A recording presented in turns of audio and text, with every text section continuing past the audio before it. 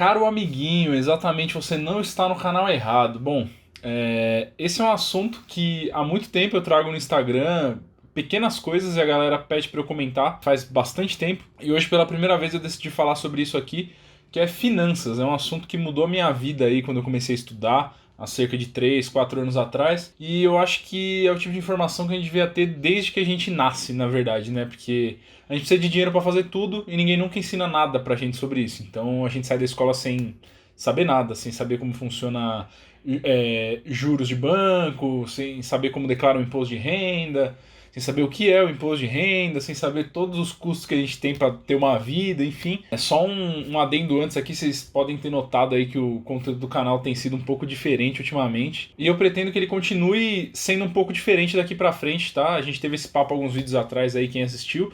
Então eu conto com vocês nessa. Mas antes da gente entrar no conteúdo, eu vou pedir pra você me dar uma força, me segue nas redes aí, tá aparecendo aqui embaixo, ó. Facinho, vai lá, não vai tomar quase nada do seu tempo, todos os links estão aqui embaixo. Então eu vou pedir pra você basicamente me seguir em todas. Dá uma força lá, beleza? Eu agradeço. Mas é isso aí, vamos falar sobre o que vocês leram no título do vídeo. Hoje eu quero falar um pouco sobre estrutura financeira.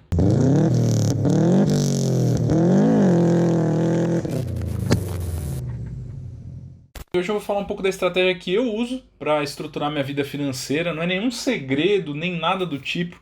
Na verdade é muito simples e eu quero aqui provar que você, assim como eu, consegue, entendeu? Se eu consigo, você também consegue. O primeiro passo para você estruturar a sua vida é sair das dívidas. Então assim, você não consegue fazer nada se você estiver endividado. Então o primeiro passo é pagar tudo que você tem que pagar. Claro que não é fácil assim, tá? Não tô falando pra...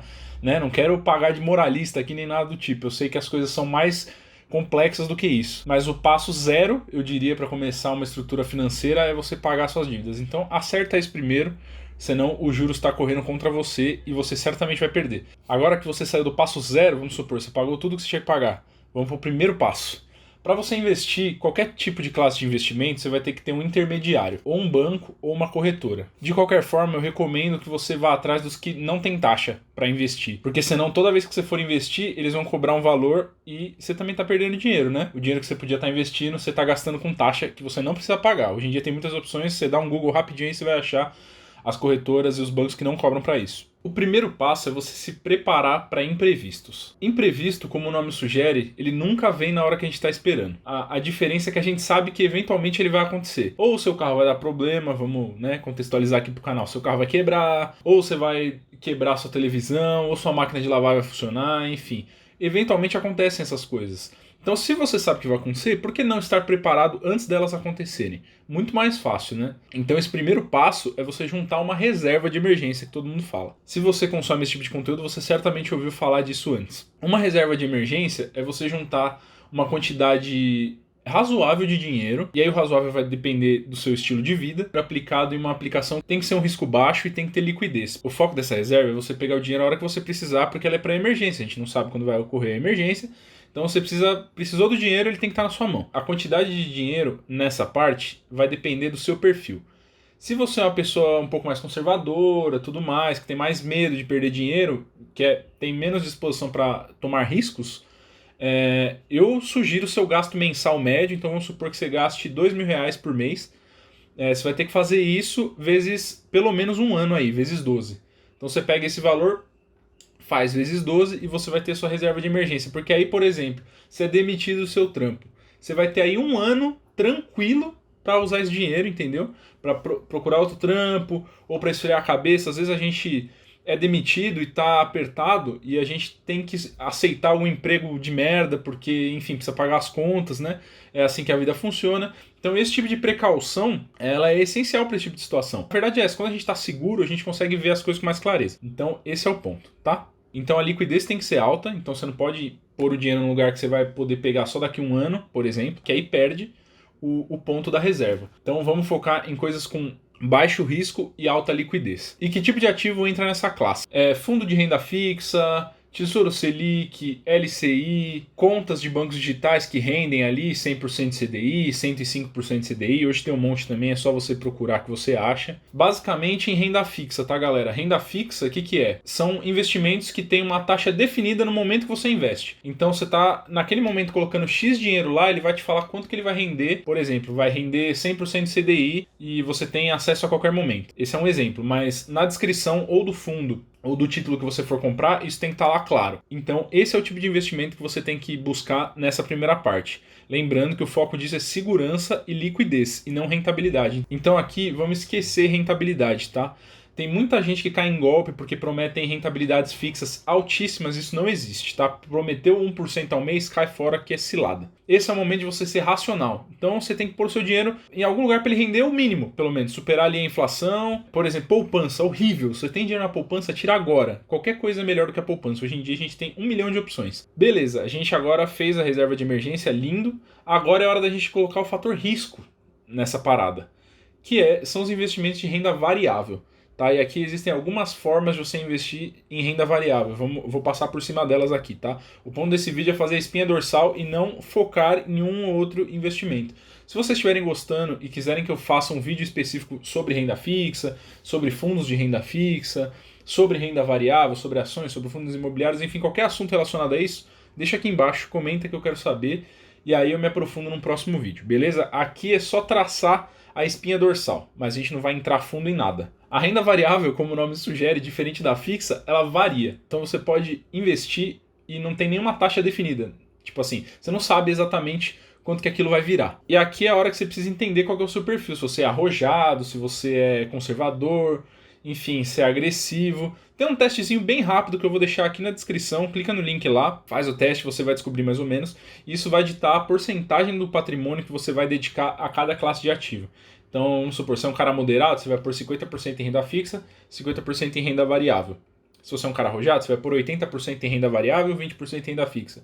E assim por diante. Faz o teste rapidinho só para você ter uma noção de porcentagem de dinheiro em qual classe de ativo. E aí algumas formas de você ir para renda variável, tem o day trade, que para mim é cagada. Beleza, você faz, ganha o dinheiro assim, legal para você, perfeito, mas não é o tipo de investimento para mim. O meu caminho é outro, tá? Eu vou chegar lá. Tem o swing trade. É mais possível do que o day trade, porque o day trade muita gente acha que vai entrar, vai ficar milionário, vai multiplicar o patrimônio por 1 milhão de vezes. Pode acontecer, mas é improvável, tá? Muito mais gente perde grana do que ganha no day trade. O swing trade é basicamente um day trade um pouco mais demorado. Que o swing trade você pode comprar essa semana e vender na próxima. Baseado na análise do mercado ali e tudo mais. Essa eu também acho que a chance de erro é grande se você não estudar muito. E assim, eu sou uma pessoa relativamente preguiçosa, então eu vou no que é mais prático para mim, que é essa última classe, que é o buy and hold, que para mim é o que mais faz sentido. E para você ter sucesso nela, você precisa basicamente ter paciência e disciplina. Só isso. Tá? Entender o mínimo e ter paciência e disciplina. Só isso. O buy and hold é basicamente você ir comprando ações ou ativos, né? E acumulando na sua carteira para o longo prazo. Vamos lá, vamos falar primeiro quais são as opções que você tem aqui. Ações e fundos imobiliários, e aí vai variar do tipo de perfil que você quer adotar aqui. Eu sou um cara que gosta mais de ações pelo potencial de multiplicação.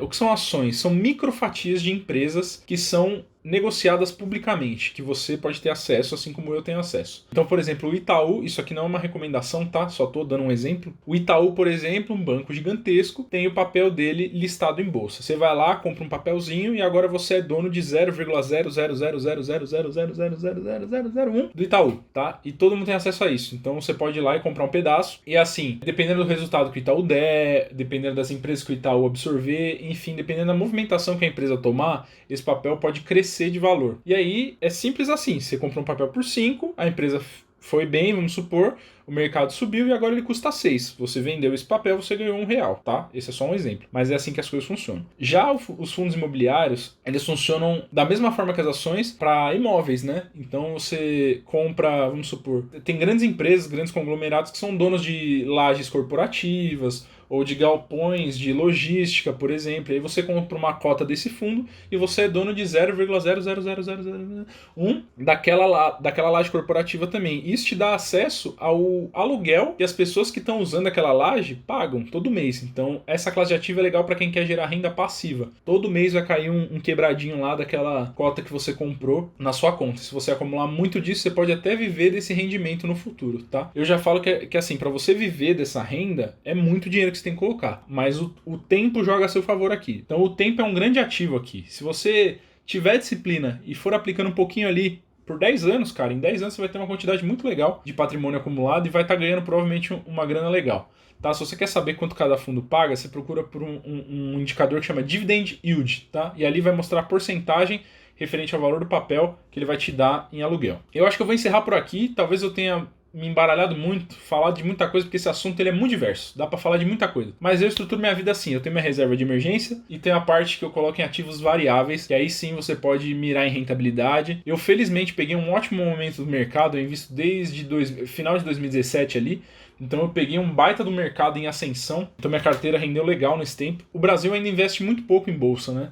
Então eu ainda acho que tem muita oportunidade, tem muita gente falando sobre isso. E é isso, eu não sei se foi um bom vídeo, é o meu primeiro vídeo sobre isso. Então se você tem alguma recomendação, ficou alguma dúvida, deixei de falar, certamente deixei de falar muita coisa aqui. Então deixa o assunto específico que você quer saber aqui embaixo, e aí a gente conversa mais sobre ele. Beleza? Espero que vocês tenham gostado e até a próxima. Valeu!